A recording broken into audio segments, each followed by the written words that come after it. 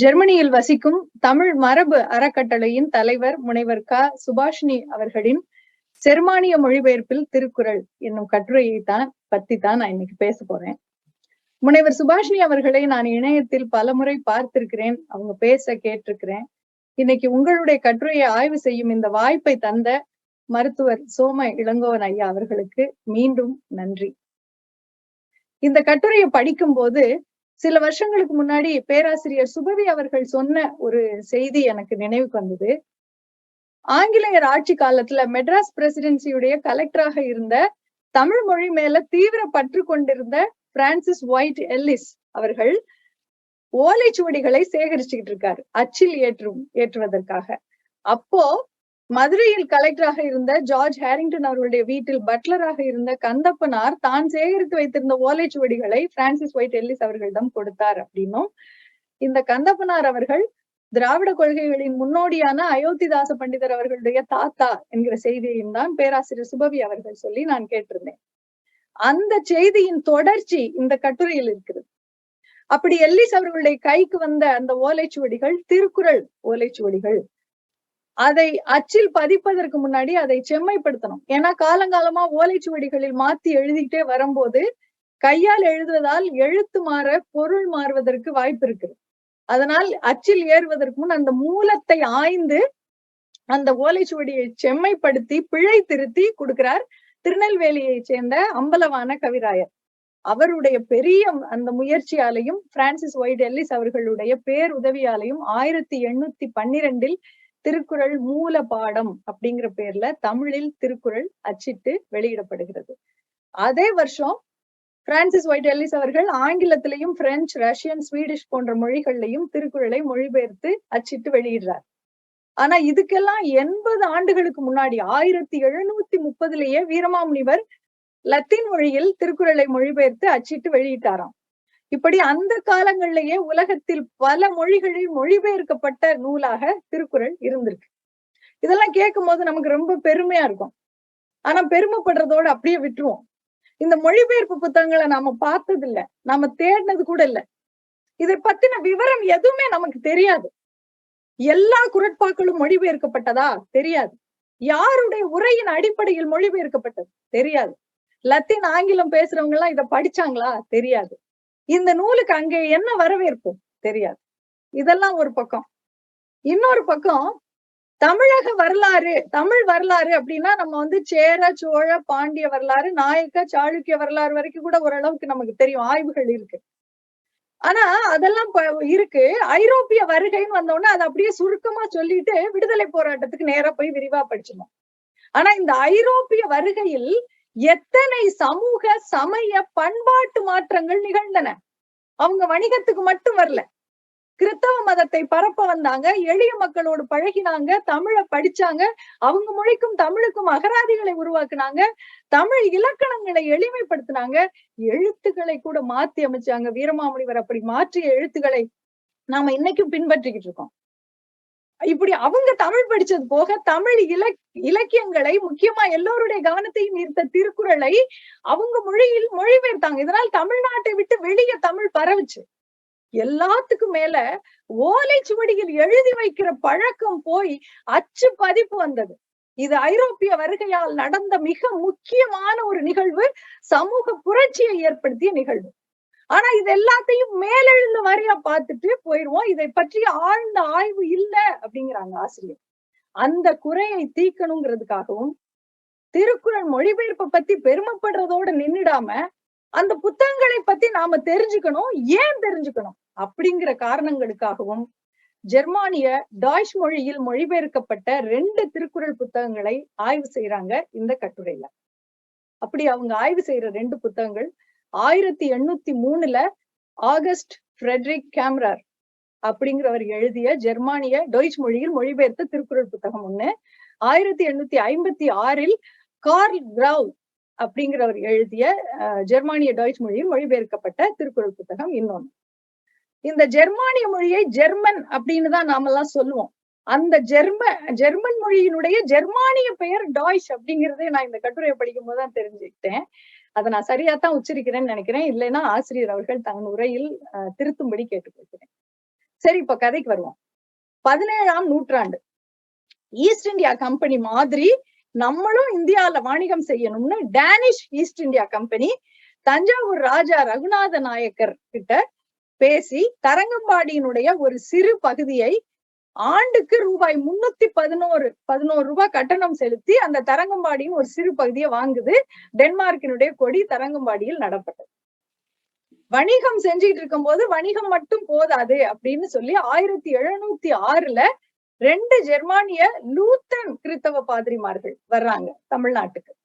அவங்க பேரு சீகன் பால்கும் பிளெட்சோ அவர்களும். இவங்க 2 பேரும் தான் தமிழ்நாட்டுக்கு வர்றாங்க.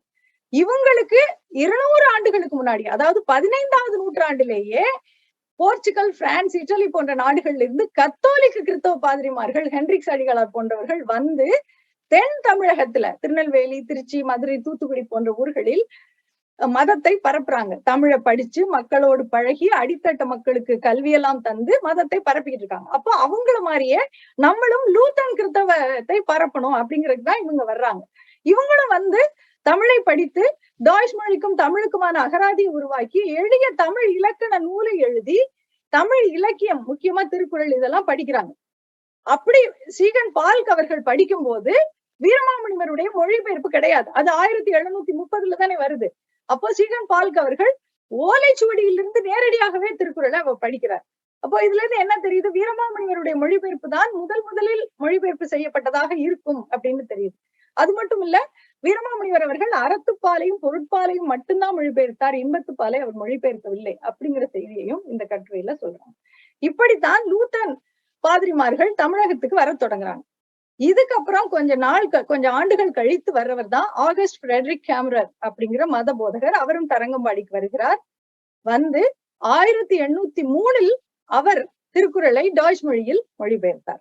இந்த புத்தகம் ஜெர்மன் நாட்டில் உள்ள நூரன்பர்க் நகரில் அச்சிடப்படுது. நல்லா கவனிக்கணும், 1812 தான் எல்லிஸ் அவர்களுடைய ஆங்கில மொழிபெயர்ப்பு வந்தது. அதற்கு முன்னாடியே 1803 ஜெர்மன் மொழிபெயர்ப்பு வந்துருச்சு. இதை பற்றிய செய்தி 1807 ஜெர்மனியில் வெளிவந்த இலக்கிய நாளேட்டில் இதை பற்றிய செய்தி இருக்கு. இந்த மாதிரி தரங்கம்பாடிக்கு போன பாதிரியார்கள், லூத்தன் பாதிரிமார்கள், அவங்களுடைய இலக்கிய தேடலின் விளைவாக அங்கே இருந்த ஒரு அரிய நூல் மொழிபெயர்க்கப்பட்டிருக்கு அப்படின்னு அந்த செய்தியில சொல்லுது. அந்த நூலை பற்றிய விவரங்கள் கூட அந்த செய்தியில இருக்கு. சரி, அந்த நூலை பற்றிய விவரங்கள் தான் என்ன? அந்த நூல்ல முதல்ல ஆகஸ்ட் ஃபிரெடரிக் கேமரர் அவர்கள் தன்னுடைய அறிமுக உரையை அவர் கொடுக்கிறார். அந்த அறிமுக உரையில என்ன சொல்லியிருக்கார்? தமிழகத்தினுடைய தெய்வ வழிபாடுகள், சமூக நிலைகள், இலக்கியம், இதெல்லாம் சொல்றார். அதுக்கு அடுத்த பகுதியில திருவள்ளுவருடைய வாழ்க்கை வரலாற்றை பற்றிய சில தகவல்களை சொல்றார். அது அவர் எங்க இருந்து எடுக்கிறார்னா, அந்த காலத்தில் புழக்கத்தில் இருந்த வள்ளுவர் பற்றிய கதைகளை வைத்து அந்த வரலாற்று செய்திகளை அவர் சொல்றார், திருவள்ளுவர் பற்றிய வரலாறு. அதற்கு பிறகு 1330 குறட்பாக்களுக்குமான மொழிபெயர்ப்பும் 10 வரிசையா கொடுக்கப்பட்டிருக்கு. இதுதான் ஆகஸ்ட் ஃபிரெடரிக் கேமரர் அவர்களுடைய திருக்குறள் மொழிபெயர்ப்பு நூல்.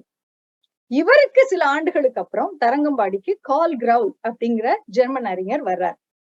இவர் தமிழ் இலக்கணத்தில் தேர்ச்சி பெற்றவரா இருக்கார். இவரு 1856 டாய்ச் மொழியில் திருக்குறளை மொழிபெயர்த்து வெளியிடுறார். ஒரே நேரத்துல ஜெர்மன்ல இருக்கிற லைப்சிக் நகரில் உள்ள டார்ஃப்லிங் அண்ட் பிராங்க் பதிப்பகத்தாராலையும் லண்டன்ல உள்ள வில்லியம்ஸ் அண்ட் நார்கேட் பதிப்பகத்தாராலையும் இந்த புத்தகம் அச்சிட்டு வெளியிடப்படுது. இவர் சொல்றாரு, நான் எல்லிஸ் அவர்கள் எழுதிய ஆங்கில மொழிபெயர்ப்பை படிச்சேன். அதுல அறத்துப்பாலின் 13 அதிகாரங்கள் ஆங்கில மொழிபெயர்ப்போடு, விளக்க உரையோடு, இலக்கண ஆய்வோடு கொடுக்கப்பட்டிருக்கு அப்படின்னு சொல்றாரு. இப்போ நமக்கு ஒரு முக்கியமான செய்தி தெரியுது. வீரமாமுனிவர் அவர்களும் அறத்துப்பாலையும் பொருட்பாலையும் மட்டும்தான் மொழிபெயர்த்தார். எல்லிஸ் அவர்கள் 13 அதிகாரங்களை தான் மொழிபெயர்த்தார். ஆனா ஜெர்மன் மொழிபெயர்ப்புகள் தான் 1330 குறள்களையும் மொழிபெயர்க்கப்பட்ட புத்தகங்களாக இருக்கின்றன அப்படின்னு.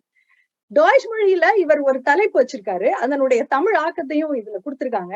என்னன்னா, திருவள்ளுவரின் குறள். தமிழாக்கம் பண்ணினா இதுதான் திருவள்ளுவரின் குறள். அதற்கு பிறகு மனித வாழ்வின் 3 இலக்குகளை நோக்கிய போராட்டங்களை பற்றிய செய்யுள்கள் அப்படிங்கிற உப தலைப்போட இந்த புத்தகத்துல கால் கிரவுல் இந்த புத்தகத்தை எழுதியிருக்காரு. அட்டையில இந்த தலைப்பு இருக்கு, அந்த ஆசிரியர் அவருடைய பெயர் இருக்கு, அவர் வகித்த பதவிகள் இருக்கு. லூத்தன் மிஷனரியில அவர் இயக்குனராக இருந்திருக்கிறார். கீழ்த்திசை நாடுகளில் இறையியல் அமைப்பின் உறுப்பினராக அவர் இருந்திருக்கிறார். இந்த 2 ஜெர்மானிய மொழிபெயர்ப்பு புத்தகங்களுடைய அட்டையும் திராவிட மொழியில் இதழில் முனைவர் சுபாஷினி அவருடைய கட்டுரையின் பின்னாடி பின்னினை கொடுத்திருக்கு, நம்ம பார்க்கலாம். இப்போ நூலுக்குள்ள போலாம். அந்த நூலோட தொடக்கத்துல பதிப்பாசிரியர் உரைன்னு 2 பக்கம் இருக்கு. அதுல முக்கியமா ஒரு செய்தியை சொல்றாரு. என்னன்னா, தமிழ்நாட்டில் தான் கற்ற தமிழ் மொழியின் நல்லொழுக்க நூலை ஜெர்மானியர்களுக்கு அறிமுகப்படுத்தும் நோக்கத்தோட நான் இதை எழுதியிருக்கேன் அப்படின்னு சொல்றாரு. முக்கியமா தமிழகத்தை சொல்லும் போது தமிழர்களின் நாடு அப்படியே எழுதுறாரு அப்பவே. அடுத்ததாக அவர் அறிமுக உரை கொடுக்கிறார். அது 10 பக்கங்களுக்கு இருக்கு. அந்த அறிமுக உரையில அந்த காலகட்டத்துல வேற யாரெல்லாம் திருக்குறளை மொழிபெயர்த்தாங்க அப்படின்னு அவர் சொல்றாரு. அப்படி அவர் சொல்றப்ப குறிப்பா சொல்றாரு, மெட்ராஸ்ல ஃபாதராக அந்த காலத்துல இருந்த ரெவரண்ட் W.H. ட்ரூ அப்படிங்கிற ஆங்கிலேயர் 24 அதிகாரங்களை ஆங்கிலத்தில் மொழிபெயர்த்து விளக்கி 1852 வெளியிட்டார். அதே மாதிரி பிரான்ஸ் நாட்டின் மிஸ்டர் ஏரியல் என்பவர் ஜேர்னல் ஏசியாட்டிக் என்கிற இதழில் திருக்குறள் மொழிபெயர்ப்பு தொடரை எழுதி வந்திருக்கார். அவரும் அறத்துப்பாலையும் பொருட்பாலையும் மட்டும் ஒரு தொடராக அந்த இதழில் எழுதிட்டு வந்திருக்கார் அப்படிங்கிற செய்தி அந்த அறிமுக உரையில இருக்கு. அதுக்கு அடுத்ததாக பரிமேலழகருடைய உரையை பற்றிய தன்னுடைய விளக்க உரைய இவர் கொடுக்கிறார் 2 பக்கத்துக்கு. எல்லா உரையாசிரியர்களை பற்றியும் இவருக்கு அறிமுகம் இருந்திருக்கு. இருந்தாலும் பரிமேலழகருடைய உரையை வச்சுதான் இவர் புரிஞ்சுக்கிட்டது போல தெரியுது. நல்ல ஒழுக்கம், நற்பண்புகள், காமம், அதிலிருந்து மீளும் வழி, இதெல்லாம் தான் திருக்குறள் சொல்லும் முக்கிய செய்திகள்னு சொல்லி தன்னுடைய புரிதலுக்கு ஏற்ப சுருக்கமாக ஒரு விளக்கத்தை அவர் அந்த பக்கத்துல தர்றார். இதுக்கப்புறம் ஒவ்வொரு குறளுக்குமான மொழிபெயர்ப்பும் சில கடினமான சொற்களுக்கான விளக்க உரையும் அந்த புத்தகத்துல இருக்கு. கடைசியா திருவள்ளுவருடைய வரலாறு அந்த புத்தகத்துல இருக்கு. இவரும் அந்த காலத்துல சொல்லப்பட்ட பல கதைகள்ல ஒரு 2 எடுத்துக்கிட்டு தான் மொழிபெயர்த்து திருவள்ளுவருடைய வரலாற்றை கொடுக்கிறார். அப்படி அவர் எடுத்துக்கிட்ட 2 கதைகள், வேட்டைக்கார முதலியார் அப்படிங்கிறவர் எழுதிய கதை ஒண்ணு, சரவண பெருமாள் ஐயர் அப்படிங்கிறவர் எழுதிய கதை ஒண்ணு. 2மே அதீத கற்பனையோடு பார்ப்பனிய வர்ண கோட்பாட்டை வெளிக்காட்டும் வகையில் புனையப்பட்ட கதைகளாகத்தான் இருக்கு. அப்படின்னா கூட சரி, அந்த காலத்துல கிடைச்ச ஆதாரங்களை வச்சு வள்ளுவருடைய வரலாற்றை சொல்ல முயற்சி செஞ்சிருக்காருன்னு வச்சுக்கலாம். இப்படித்தான் இந்த புத்தகம் முடியுது. மொத்தம் 216 பக்கங்கள் கால் கிரவுல் அவர்களுடைய ஜெர்மானிய மொழிபெயர்ப்புல இருக்கு. இந்த 2 புத்தகங்களையுமே முனைவர் சுபாஷினி அவர்களின் முன்னுரையோடு 2019 தமிழ் மரபு அறக்கட்டளை மறுபதிப்பாக வெளியிட்டிருக்கு. சரி, இந்த புத்தகங்களை பற்றிய விவரங்களை நாம ஏன் தெரிஞ்சுக்கணும் அப்படின்னா, இந்த 2 மொழிபெயர்ப்புகளும் ஜெர்மனியில மட்டும் இல்ல, டாய்ச் மொழி பேசப்படும் டென்மார்க், சுவிஸ், ஆஸ்திரியா, ஹங்கேரி போன்ற நாடுகள்ல பொதுமக்கள் வாசிக்கிறதுக்காகவும் ஆய்வாளர்களுக்கும் அறிமுகமாயிருக்கு. ஆனா இந்த புத்தகங்கள் குறளை பற்றிய, வள்ளுவரை பற்றிய முழுமையான பார்வையை தருதா அப்படின்னா அது கேள்விக்குறிதான். ஏன்னா அந்த பாதிரிமார்கள் வந்த காலகட்டத்துல ஜாதி இருந்துச்சு. முக்கியமா உயர் ஜாதி கிட்டதான் கல்வி இருந்துச்சு. அப்போ திருவள்ளுவரை அந்த கட்டமைப்புக்குள் வச்சு பார்த்துதான் மொழிபெயர்ப்பிலேயே சில விளக்கங்கள் கொடுக்கப்படுது. ஆனா இப்ப நமக்கு தெரியும், இந்த கட்டமைப்புகளை தாண்டியது குறள், அது உலக பொதுமறை நமக்கு தெரியும். ஏன்னா இப்போ திருவள்ளுவரை பற்றிய ஆய்ந்த நல்ல விரிவான ஆய்வு தரவுகள் நமக்கு கிடைக்குது. இப்போ ஆசிரியர் சொல்றாங்க, அதனால் இப்போ திருக்குறளை மறுவாசிப்பு செய்து செம்மைப்படுத்தி டாய்ச் மொழியில் மீள் பதிப்பு செய்யணும். டாய்ச் மொழி பேசும் மக்களுக்கு திருக்குறளை மீள் அறிமுகம் செய்யணும்னு சொல்றாங்க. அதுக்கான இன்னொரு முக்கியமான காரணத்தையும் சொல்றாங்க. இப்போ இலங்கை தமிழர்கள் ஐரோப்பா முழுக்க புலம்பெயர்ந்து இருக்கிறனால தமிழ் அறியப்பட்ட மொழியாக இருக்கு. பல்கலைக்கழகங்கள்ல எல்லாம் தமிழ் துறை வைத்து சொல்லி கொடுக்குறாங்க.